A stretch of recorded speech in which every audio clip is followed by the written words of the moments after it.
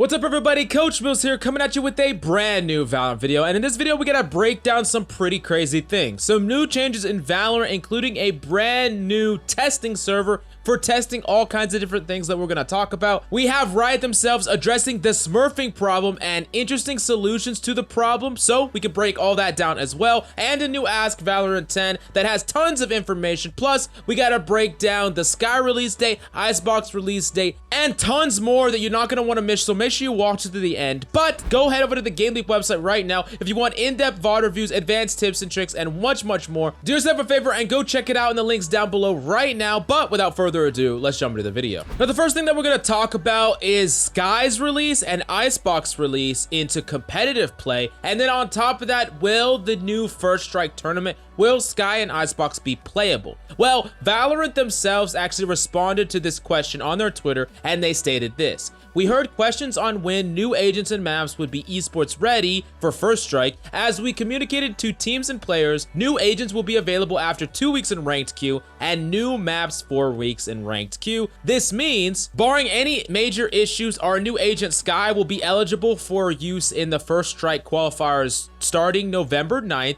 and Icebox will enter the official tournament rotation on November 24th. Now, this tells us exactly when Sky and the Icebox map is gonna be legal in, of course, competitive play. And a lot of people were asking, hey, if Sky gets released on the 26th, of course, which is this next Tuesday, which is when the new patch will come out, will she be playable instantly in competitive? And based on this, yes, Sky will be instantly available in competitive, and so will Icebox finally on this 26th. So on the 26th, expect an absolute craziness. I mean, it's just gonna be absolute nuts when Sky comes out, brand new agent, new map is gonna be entering the ranked pool. Both of them are gonna be playable and ranked right away, and it's just gonna be freaking madness. And if you actually put some time and effort into fully learning the map Icebox, you're gonna put yourself at an overwhelming advantage against people that are just gonna get queued into it and have no idea where to go. So I would highly suggest playing some unranked or playing some free-for-all. I think that's the best thing to actually do, and just practice all of the angles and different things like that, because I'm telling you,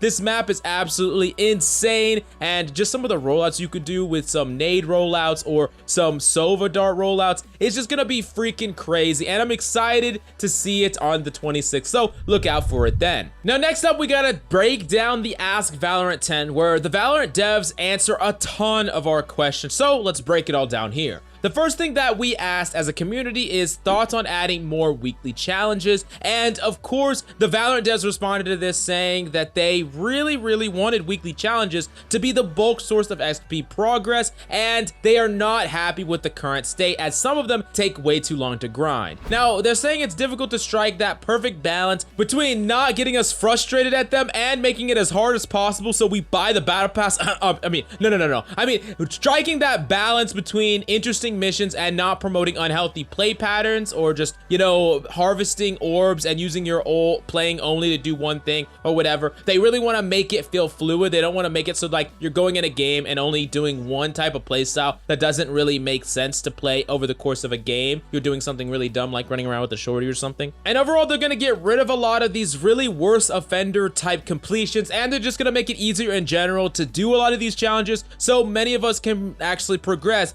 further and further into the battle pass much quicker. So that's good to hear, at least. Now, the next big question came up about smurfs, and this is really interesting. The question was, smurfing is inevitable in ranked games, but I'm curious what you were doing to discourage smurfs in Valorant. Now, this is their first time really opening up about smurfs, and it's actually interesting, their response here, because it reveals some really awesome things, actually. First off, they say that smurfing always sucks, and of course, most of us will agree with that, especially when we have our rank on the line. And they do state that it's hard to stop smurfing in an entirely free-to-play game, but they are taking action to combat it. Right now, what they're doing is a behind-the-scenes system where if you're from Iron through Diamond, or of course unranked, as long as you're in those ranks, it will actually track your individual performance, and it will really notice, the system will notice, when a player is making insane impact in a game that is just way above what everyone else is making, and it will quickly boost them to harder and harder matches and higher ranks until, of course, they get to where they belong. And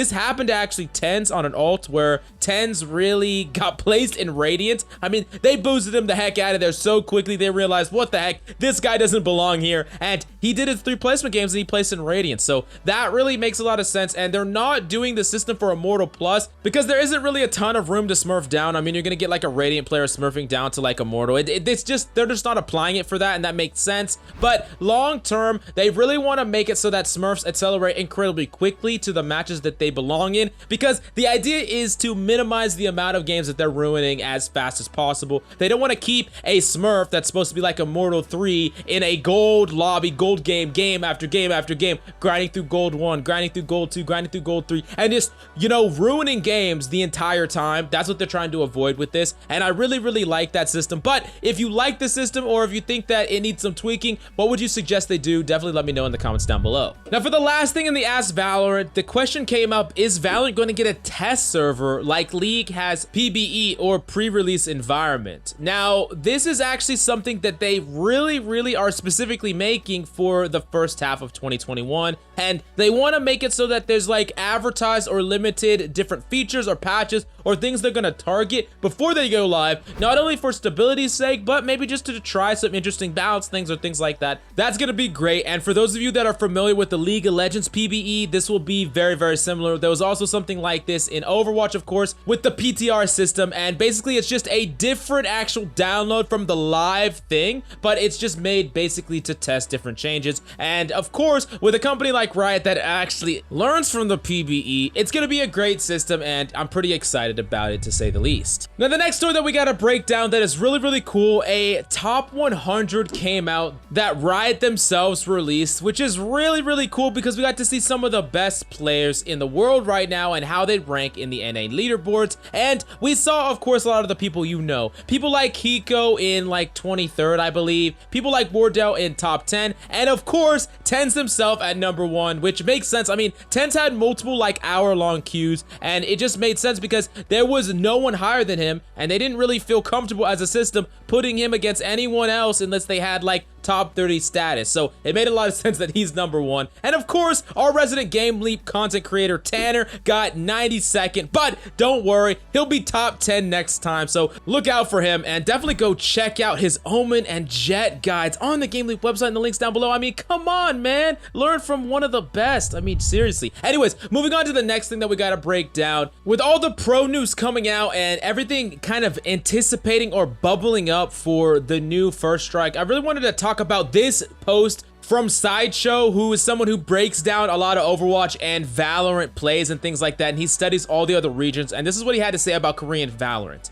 Korean Valorant is wild. Both Vision Strikers and now T1 are at the absolute forefront of developing utility combos. There's no one else outside of maybe Sentinels and FPX who are even close to this teamwork and coordination with utility. So many mini plays all across all maps. Now, of course, NA and EU teams could be hiding stuff for First Strike. I'm sure they are, but they haven't showcased this level of utility usage yet, so I can't assume that they have it. It's kind of magical, and it really is the future of Valorant. And this taps into something that I've been thinking about for a while, and is actually phenomenal that pro players are really starting to do it, because there is so much potential for actual combination of different abilities and plays and things like that, like a recon arrow across the map to aggressively push out of maybe hookah to make a play, or an aggressive jet dashing and updrafting an enemy team that just got paranoid by Omen. If you can really start to execute a lot of these combos over and over again, you can set up these plays that are just fundamentally unfair, and realistically, you're seeing players use their abilities like for solid advantage right now. In NA in particular, it's like incremental advantage. I'm going to use this ability to take this space. I'm going to use this ability to check this corner, and that's just the way that it's being used as a tool to take site control and to gain space and things like that. But if you start to think about them in the combo sense, you can start to convert on those abilities and to get actual kills, which is what he's really talking about, making these plays that can convert to actual team fight wins, which is really cool. And I definitely think that Korean Valorant is something to keep your eye on, because if any of you have learned anything from Korea, they take competitive esports really seriously, and I can't wait for an actual big tournament that combines all the regions. Of course, we gotta wait wait until this pandemic ends and all that stuff, but I'm really excited for that. And of course, I'm excited for all the storylines and the talent that's coming into this First Strike tournament. I mean, I really want to see what TSM does, especially after those op changes that really could hurt Wardell, but it seems that he's still opping on stream and he's still doing incredibly well, so we'll see how much that affected him. Of course, Sinatra's coming off from his injury, but he was streaming the other day and he's looking pretty good, and it looks like he made a full recovery, so that's pretty awesome. And then we got to see 100 Thieves in action with the brand new roster. We get to see all these crazy teams, and it's just gonna be really awesome, guys. It's a great time to be a Valorant fan, and I'm so excited. But thank you so much for coming by the video. I hope you enjoyed it. If you have any questions, definitely let us know in the comments down below. That's what we got for today. Thanks so much for coming by. I'm Coach Mills, and of course, until next time,